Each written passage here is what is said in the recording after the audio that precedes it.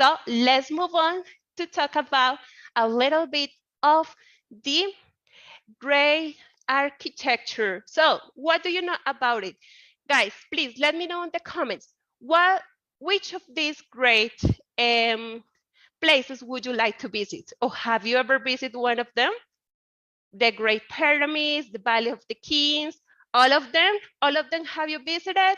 Or all of them do you want to visit, Angelica? The pyramids, okay, wrong. Something else, let me know. Okay, guys, so all of them, pyramids, the valley, I would like the pyramids, okay, that's good. Okay, so let's start talking about the pyramids at Giza. The pyramids, that places, okay. So what do we know about them? Well, what we know about it is that they were constructed during 3 different dynasties, okay? And that they took around 100,000 men for constructing it. And a curious fact, guys, they weren't slaves. They were people paid by the emperor for the construction of these great pyramids. So in addition, what is also important about it is that it took 2 billion blocks of stone for this construction. Oh, imagine that. Let's move into the Valley of the Kings. What happened in this? Well, this is like a cemetery, we can call that, because we have around 73 tombs and chambers for all the emperors and the nobles who died.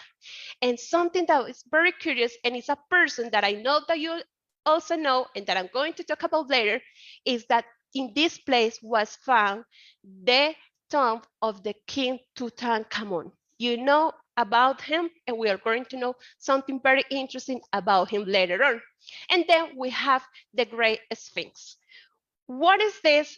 Well, it is a great monolith. It's something important and very curious that is the oldest, and it is the most recognizable in Egypt.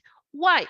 Because we have little information, but it is, let's say, next to the Great Pyramids. We don't know who was the model, we don't know who were the constructor of this, but there it is, and it's great. And in my personal opinion, I would love to visit it.